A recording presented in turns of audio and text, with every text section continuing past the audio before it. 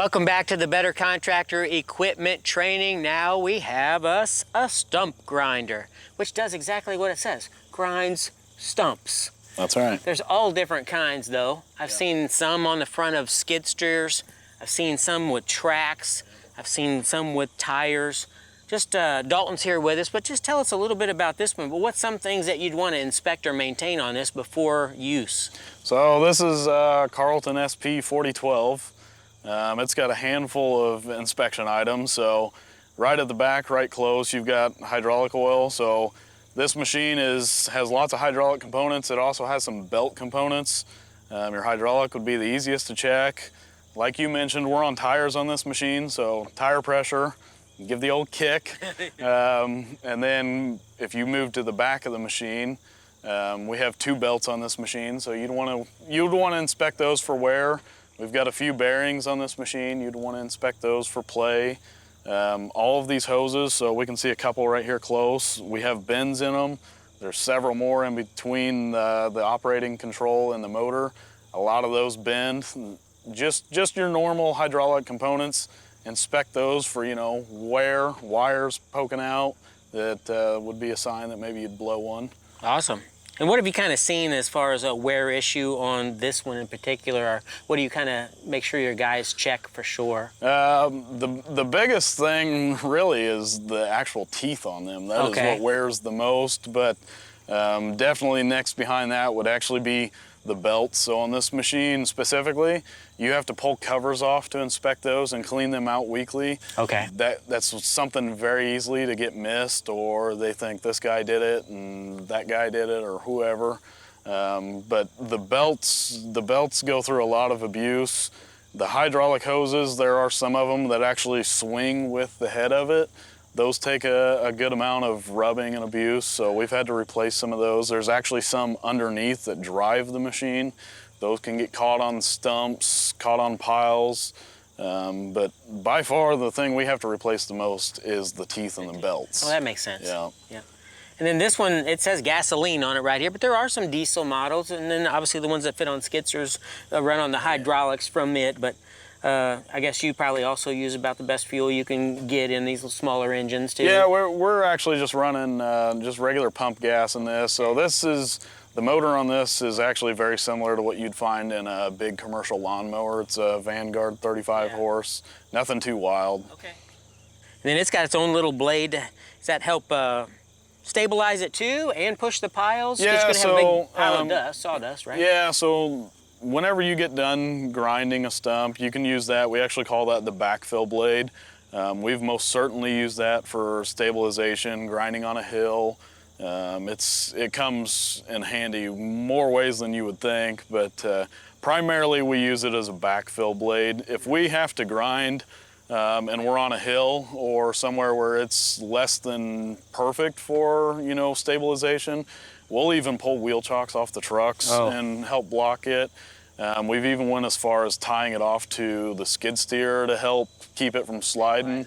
In our area, we've ground a lot of stumps around lakes with no flat spot at the bottom, so it's a quick way to lose a $20,000 machine, yeah. So.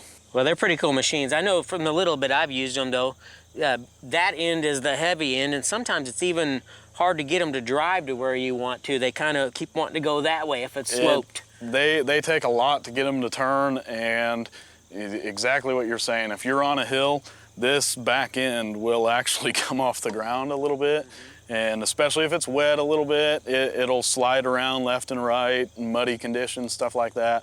They can be a little tricky to get where you need them. That's where the track machines actually shine a little bit more, but they do all right. And I imagine, your controls are more on that side a little bit, but the stumps, when you're grinding a stump, there's things to check. You want to make sure there's no metal, no T-posts, that kind of things. Rocks are actually a big one because the teeth don't discriminate. So if they hit a rock, they'll kick out and go every which direction. So that gets into your safety barrier around it. Or just, being aware of what you have around it. Sometimes we're out grinding stumps in the middle of the yard. The safety aspect isn't quite as prompt as what it would be if you're working next to a house, There we're worried about windows and siding. Yeah. versus if we're grinding in the middle of the yard, we can communicate that to the whole crew. You could cone off the area and say, hey, stay out of here. But yeah, there's several things to watch for when you're actually working it. And another big one actually on this machine is because you operate it from the side, when you go to actually move the machine, you could very easily run over your own foot just by not paying attention. That makes sense. Ask me how I know. How do you know? It happens. It's very easy because you're standing right here. Yeah, that makes sense.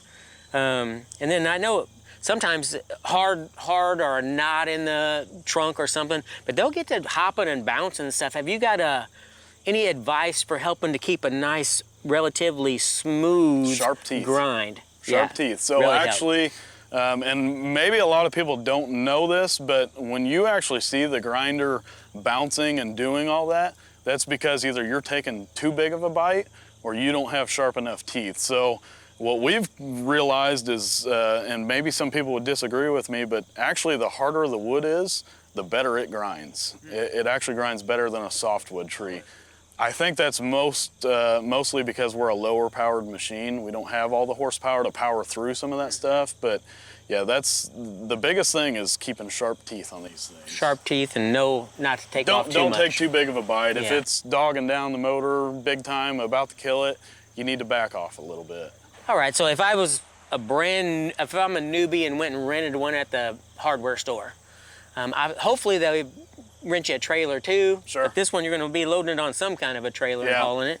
But even loading them up on a ramped trailer can be a little bit tricky. It can be a little tricky. In the years past, we've hauled this actually in a dump trailer, and I'll tell you that's quite the climb.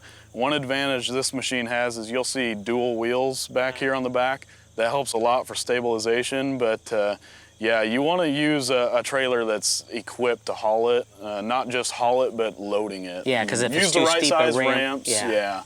I mean, and what you'll see on a tire machine is you'll just spin and not be able to climb. But if it can't climb it, you probably shouldn't be trying to do it anyways. Maybe relocate, use a ditch or some kind of a extra hill to level out them ramps a little bit. Yeah, and another thing is, again, this is not a remote control machine, so you're standing right by it. So if situation required that you had to unload it or load it in a less than perfect spot, make sure you can get out of the way should something happen. This is around a 1,600-pound machine. So we've worked together for years off and on, but PPE, I mean, I still, like you said, you can run over your toe. He has before. Yep. A steel-toed boot would be recommended so that if you did. And then some guys want to wear gloves and some don't because of the hand controls. Yeah. So here's what I recommend. Steel-toe boots, 100,000%. Your hard hat, working hard hat preferably with earmuffs, a face shield, and then a glove is recommended. On our machine specifically, these plastic levers will not get hot, but down below, these are all the valves right here, right below it. If you're grinding all day, that heat will come up and these levers will be extremely hot. Okay. So yeah, we recommend gloves and just doing maintenance. I mean, you'll be grinding and then need to go check something and shut this machine down. Well, there's tons of hot spots on it, so really gloves are not a bad thing. And then some guys have asked me if I require chaps, chainsaw chaps. Again, for the chainsaw action, yes, but the chaps certainly don't hurt anything. They give you a little protection because almost everybody's had some little chunk or chip fly back and hit them, but at least long, sturdy work pants. Yeah. But chaps would not be a bad idea. This machine specifically will throw dirt whenever you first start a stump. It's nothing to see dirt flying clear over your head. Another thing, if you're grinding and you have a low spot right here, it'll actually kick stuff back out and hit you in the lower leg. So yeah, any protection you can get is, I mean, what's it gonna hurt, right? Right, I mean, the chaps, they're hot in the summertime, but they feel good. They're hot, but it's cheap insurance, and I think everybody likes going home at night. So. Amen, amen. Well, thank you so much for helping us with this. One more quick question though, can you remember any lessons learned? You already said you did kind of roll over your own toes. Yeah. Any lessons learned or your guys might have made a mistake that we can learn from? A big thing for us is we have not had, I would say, a lesson learned, but one thing we do that I try and make sure separates us from maybe some other contractors is we one call every single stump we grind. Every single time. It doesn't matter if we're grinding for Mr. Jones right down the road here, and Mrs. Smith comes down the road and, hey, I got a little stump, can you grind it? Yes, ma'am, we can in 2 days. We're gonna place the one call, we're gonna come back, and then we're gonna grind it after we've got the all clear. The only other thing I could think of that I did not personally experience, but actually the gentleman that had this machine before me, they were grinding too close to a house that had vinyl siding, and that exhaust shoots out over the side, and they actually melted the siding. So just, it kind of goes back to ergonomics, you know, not only you, but position your equipment, think a step ahead. But that's pretty much all I can really think of. I mean, we've had some rocks and stuff shoot out of there, but luckily we've had the face screens on and our proper PPE. Well, thank you for sharing that. So again, if you rent one, if the company you work for is using stump grinder, just keep that in mind. And I loved how Dalton said, because I'm actually working with another company that they have gone to that too, always call an 811 or a Julie or a locate before you stump grind. Because you might think, well, I'm not digging in the dirt, I'm only right there on that stump. But a lot of times there can be power lines or something underneath that root system, and if you're shaking the whole stump, it could cause a power outage or you could get hurt yourself. So just if you do use one of these stump grinders, do it safely. Be the better contractor.